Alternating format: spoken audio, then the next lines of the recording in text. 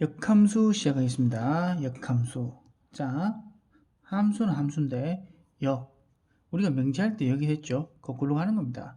지금 x 집합에서 y 집합 관계를 맺어주는 것을 함수라고 했을 때 여기에 x를 이렇게 되면 fx가 되겠죠. 그러면서 얘는 y라고 우리가 표현하면 fx는 y 이렇게 됐죠. 여기에 함수 f가 되겠죠.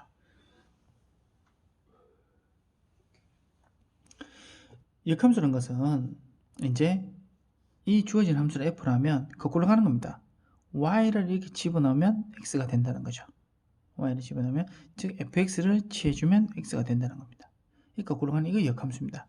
이 역함수를 어떻게 표현하냐면 제공할 때 여기다 이제 표시했었죠. 그래서 역함수는 f 인버스라고 이렇게 읽어줍니다. 자, f 역함수 f 인버스라고 읽는다 이렇게 됐죠. 역함수. 그래서 f 인버스 y는 x 요게 이제 역함수입니다. 어떤 주어진 함수를 취했고 그 다시 거꾸로 취해지는 거죠. 이 함수 값이 새로운 여기가 정의역이 되는 거죠. 그게 역함수가 되는 겁니다. 자,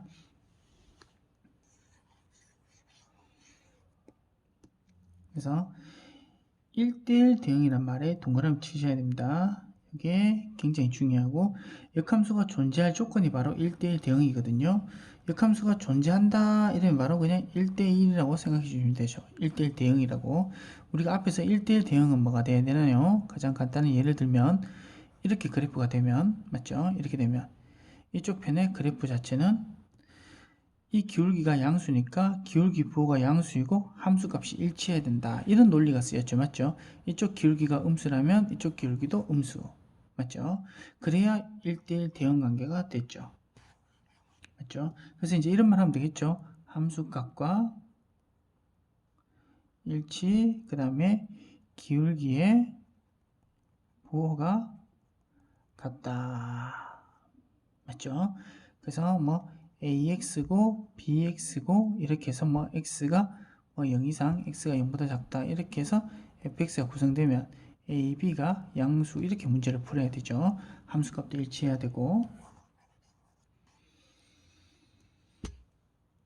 그래서 기억하십시다. 역함수가 존재할 조건이 바로 뭐가 1대1 대응이다. 잊지 말으셔야 됩니다. 됐죠?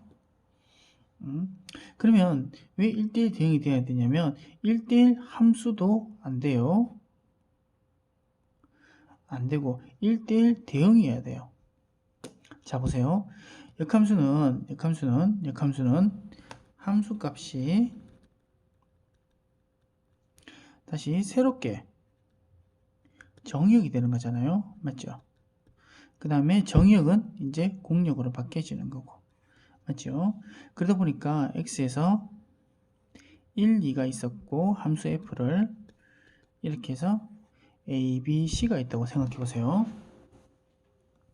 그러면서 이렇게 되고 이렇게 됐죠.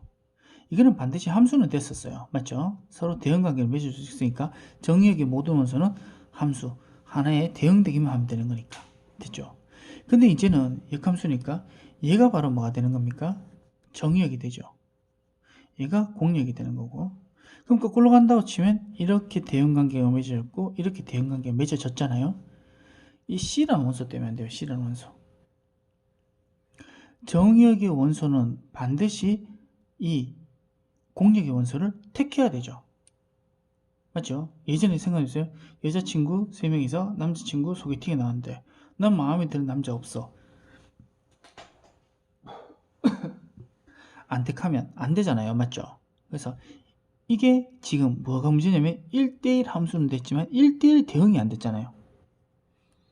무슨 말인지 아시겠죠? 1대1 대응이 안 되면 안 돼요. 왜냐면 이 녀석은 선택 안 받았기 때문에 갈 데가 없어요. 갈 데가. 오케이? 그래서 1대1 함수가 된다. 또 어떤 게 안 되냐면 이렇게 돼서 와야 되면 1, 2가 있는데 이렇게 같다고 생각해 보세요. 이제 이거 정의역인데 알고 계시죠? 정의역의 원소는 이런 공역의 원소를 두 개를 택하면 이거는 안 되죠. 오직 하나의 대응 관계가 이루어져야 되는 게 함수였죠. 예. 그래서 1대1 함수와 1대1 대응, 1대1 함수면서 치역과 공역이 같아야 되는 1대1 대응의 조건을 만족시켜야지만 우리가 지금 비로소 역함수가 존재한다 이 말이에요. 그래서 역함수가 존재한다 이 말은 1대1 대응이다. 이렇게 같이 쓰이는 거예요. 절대 잊으면 안 돼요. 그래서 여기도 문구가 이런 문구가 있네요. 자꾸 자주 보면서 친해지세요. 역함수 구하기. 역함수를 어떻게 구할 것인가? 자, 봤더니 자, 우리가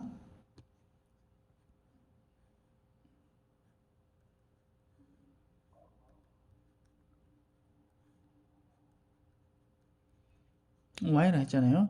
그럼 거꾸로 가는 함수라고 했죠. f 인버스를 표현하고 y는 x 이렇게 됐죠.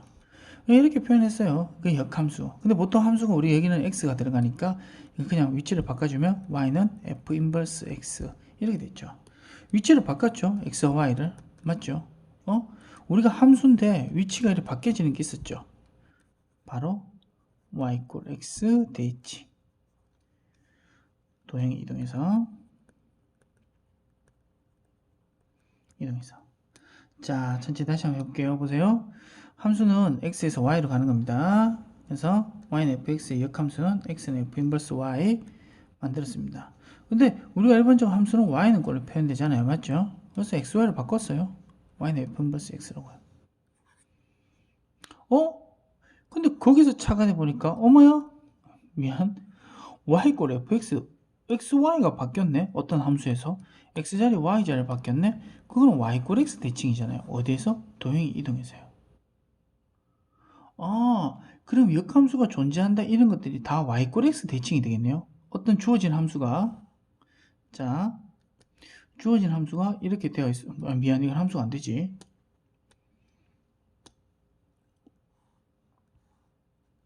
주어진 함수가 이렇게 되어 있었어요.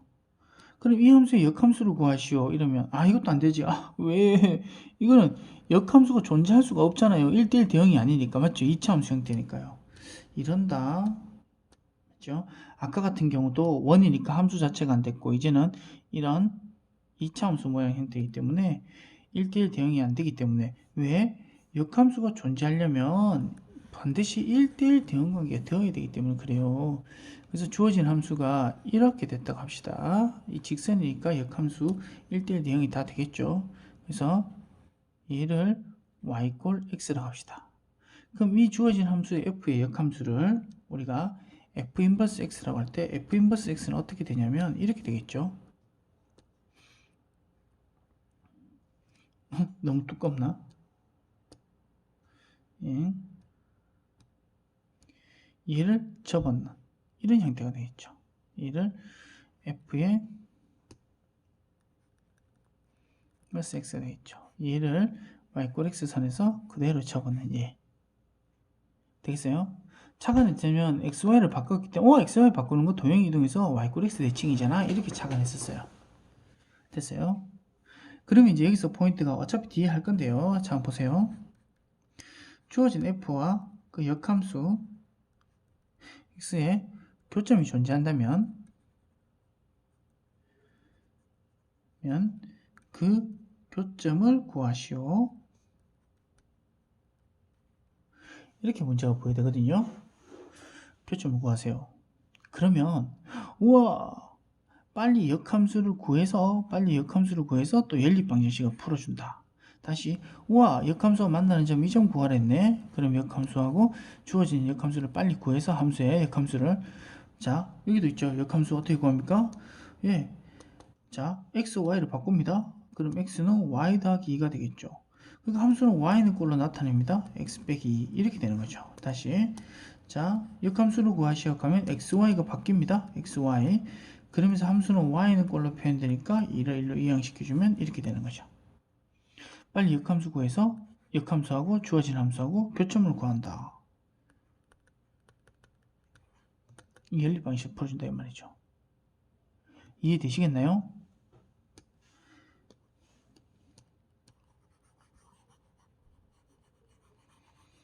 역함수 구하는 방법에서 착안이 되는 겁니다. 근데 지금 우리가 나중에서도 이 역함수 구하는 경우는 100번 중에 한 번 내지 두 번밖에 안 돼요. 다시 이런 역함수를 직접적으로 구하는 거는 뭐 100번 중에 한 번 내지 두 번밖에 안 된다는 거예요. 선생님, 그럼 역함수 왜 구해요? 안 구하고 어떻게 구할 수 있어요? 보세요. 이 점이란 것은 자, fx와 f 인버스 x, fx와 f 인버스 x가 만나는 점이기도 하지만 누구하고도 만나는 점입니까? y꼴 x 대칭이니까 y꼴 x하고 만나는 점이죠. 어차피 세 개가 다 만난다면 두 개가 만나는 그 교점을 구해줘도 무방하다는 거죠. 직선상에서. 어차피 만난다면 y꼴 x와 만나는 게 구해주면 되죠. 있으면 y 이렇게 돼 있으면 뭐 평행이면 안 맞는 거니까 당연히 없는 거고요. 이렇게 생긴다면 뭐 이렇게 생긴다는 함수가 있으면 또 이렇게 생기고 두 개가 생긴다면 어차피 역함수를 존재한다면 이제 교점을 구하려 한다면 세 개 중에 어차피 두 개 그래프 바로 보이는 y꼴 뒷면에 있습니다. fx와 x 이렇게 해서 교점을 찾아주면 그게 바로 뭐다? 주어진 함수와 그 역함수와 교점의 x좌표를 바로 구할 수 있다는 거죠. y좌표는 따로 구할 필요가 없죠. 구할 필요 없습니다. y꼴 x 선상에 있기 때문에 x좌표가 3이면 y좌표도 자동으로 3이 되기 때문이죠. 되셨습니까? 예. 이렇게 진행이 된다는 겁니다. 다시 뒷면에 한번 보면서 이걸 먼저 정리하고 갈게요. 함수 fx의 그래프와 그 역함수의 그래프는 직선 y꼴 x에 대한 대칭. 너무 여기서 의미를 부여하실 필요는 없어요. y꼴 x에 대한 대칭이다. 그러니까 y꼴 x가 바뀌었으니까 그 정도로 봐주시면 돼요. 그래서 임의점 a, b에 대해서 이렇게 이게 바로 뭡니까? 우리가 그토록 했던 y꼴 x의 대칭이니까 두 점의 기울기, 수직 이등분, 기울기하고 중점 이런 식으로 이 점을 해결할 수 있겠죠. 이런 한 점에 대해서. 자, 여기는 안 나오네요. 내용이 여기 뒤에 나온 줄 알았더니. 자, 됐고. 그럼 앞으로 돌아와서 내용을 마무리 할게요. 그래서 역함수를 굳이 구하는 경우는 100번 중에 한 번, 두 번밖에 없다. 그래서 fx와 y는 x 이렇게 해서 교점의 x좌표를 구하고 x좌표, y좌표 같기 때문에 y좌표는 자동으로 이렇게 된다는 거.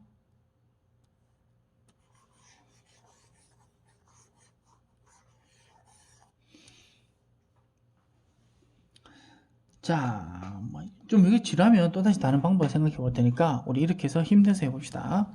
자, 역함수가 존재해야 되기 때문에 1대1 대응이란 말은 반드시 있어야 되고 1대1 함수 아니죠. 그 역함수를 f 인버스 x라고 적고요. 맞죠? 역함수를 다시 역함수 취하면 자기 자신이 되는 겁니다. 자, x에서 fx로 갔죠? 역함수란 말은 이 말이 f 인버스의 x는 fx다 이런 말이거든요. 자, 어떤 함수를 역함수 취했어요. 맞죠? 되죠? 다시 이걸 어떻게 하면 어떻게 설명하면 좀 편하나?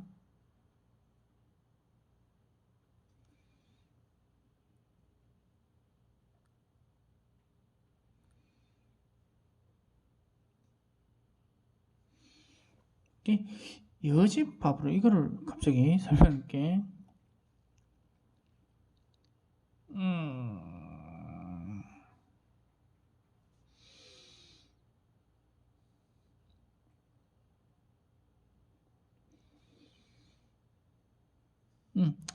예, 잠시 멈칫했어요. 이게 바로 f 인버스 x잖아요. 이렇게 갔죠. 근데 f 인버스 x를 다시 거꾸로 가라는 거죠. 역함수가 거꾸로 가는 거죠. 맞죠?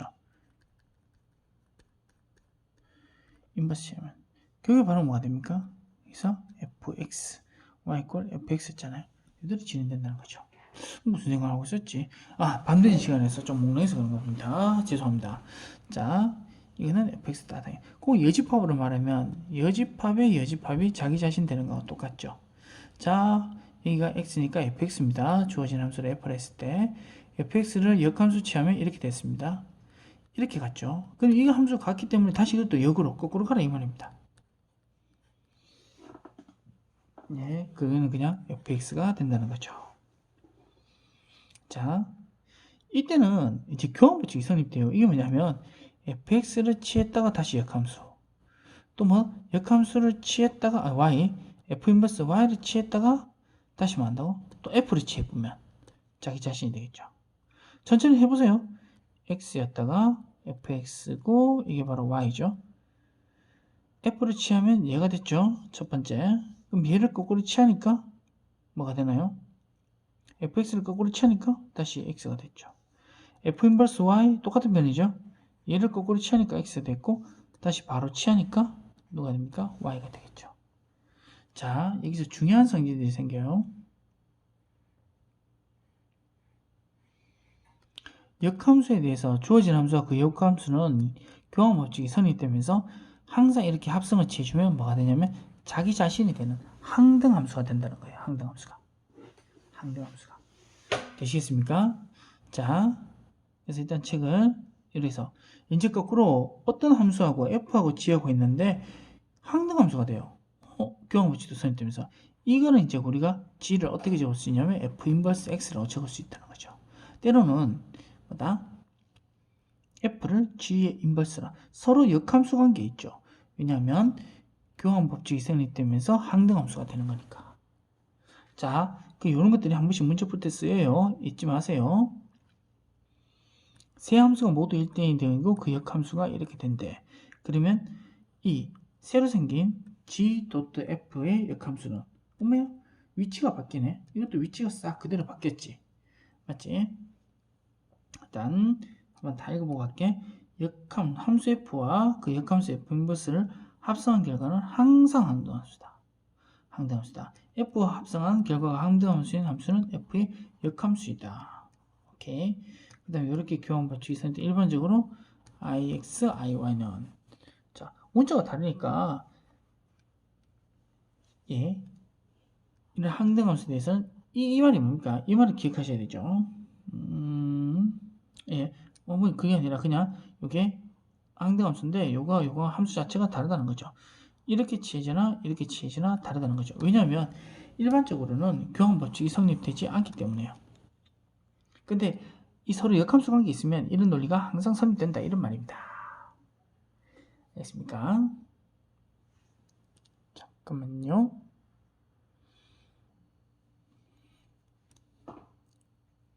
자, 이제 마무리하겠습니다. 한번 이 부분을 정리하고요. 요거에 대해서 한번 이야기할 건데요. 원래 예전에는 교육과정상에서 역함수의 정의가 있었거든요. 역함수의 정의 어떻게 되냐면 여기서 보시면 될 거예요. 어떤 함수가 교환법칙이 성립되면서 그 결과가 항등함수가 될 때 우리는 이걸 만족하는 g 함수가 존재할 때 이 g를 우리가 f 인버스라고 하고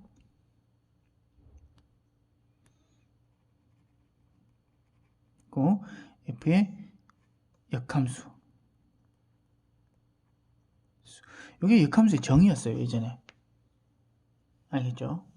그리고 요거를 왜 지금 정확히 정리하면 여기서 이런 비슷한 문구가 있는데 맞죠? 이런 것들을 기억하라 그랬죠? 이런 관계가 있으면 둘이 역함수라 그랬죠? 자 보세요. 이걸 설명하는 거예요.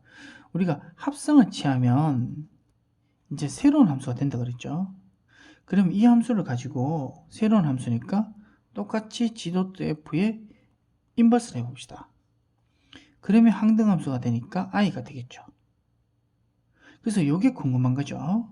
궁금하죠. 합성에서 일반적으로 교환법칙이 성립되지 않으니까 편하게 보세요.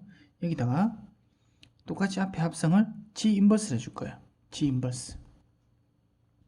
역함수가 존재하니까요. 존재할 때만이에요. 존재할 때만에. 그러면 g 인버스하고 g를 합성 취하면 i하고 f는 g 하나 많아 그냥 f. 그럼 여기는 f가 되고 g.f의 인버스가 되는 거죠. g 인버스하고 i는 이렇게 되죠. 그 앞에 f를 없애기 위해서 또 이 앞에 f 인버스를 앞에 f 인버스 해주는 거죠. 그럼 항등함수가 되니까 g.f의 인버스가 되면서 여기가 바로 f 인버스 g 인버스 이 결과가 되죠. 한 번 스스로 한번 비교해 보세요. 다시 한 번 더 이야기해 볼게요. 어떤 함수하고 새로운 생성된 함수, 보통 hx라 두기도 하고 이 함수의 역함수를 취하면 자기 자신 i가 된다 그랬죠. 여기 궁금한 거잖아요. 여기 왜 거꾸로 되는지 궁금해서 교환 붙이 안 되니까 앞에 얘를 없애기 위해서 g 인버스를 앞쪽에다가 똑같이 취해주는 거죠. 그러면 항등함수도 f만 남았는데 또 f를 없애기 위해서 앞쪽에다 해줬으면 여기도 앞에 둬야 된다. 합성해서 교환 붙이 성립 안 되니까요. 그러다 보니까 어떻게 됐어요? 왜 앞에 된지 알겠죠? 그럼 세 개짜리 해볼까요? 여기 앞에 쭉 있겠죠? h.g.f가 되겠죠. 그럼 여기가 i가 되겠죠. 제일 처음에 h를 없애니까 h 인버스. 그 다음 g를 없애기 위해서 g 인버스를 앞에. 그 다음 f를 없애기 위해서 f 인버스. 그게 바로 hg의 f가 된다는 거죠. 인버스. 그래서 이해를 하신 다음에 조금 더 나아가 이런 것들을 기억해주면 좋겠다는 겁니다. 이렇게 되는 거죠. 감수의 뜻이죠. 네. 자, 이제 이 강의는 여기서 마무리하고 다음 시간에 이제 문제통에서 보고, 자, 이 부분에서 한번 메모해야 될 거 다시 한번 정리하고 가겠습니다. 주어진 함수와 그 역함수는 y 꼴 x에 대한 대칭이다. 여긴 지금 주어진 함수와 역함수의 교점이 존재하지 않는 거고요. 존재한다면 이렇게 y 꼴 x상에서 존재한다면 이렇게 되겠죠. 주어진 함수를 f를 한다면 얘가 f 인버스가 되겠죠. 이런 역함수와 교점을 구하라고 한다면 역함수를 구하지 않고 y는 fx와 y꼴 x와의 교점을 구한다. 연립 방식을 푼다. 그래서 교점의 x좌표를 구해서 1, 2, 3이라면 y좌표, y꼴 x와의 교점이니까 1, 2, 3이 y좌표가 된다. 이런 논리가 문제에 쓰이니까 다음 파트에서 이 문제를 풀면서 가도록 하겠습니다. 여기까지 하겠습니다. 안녕.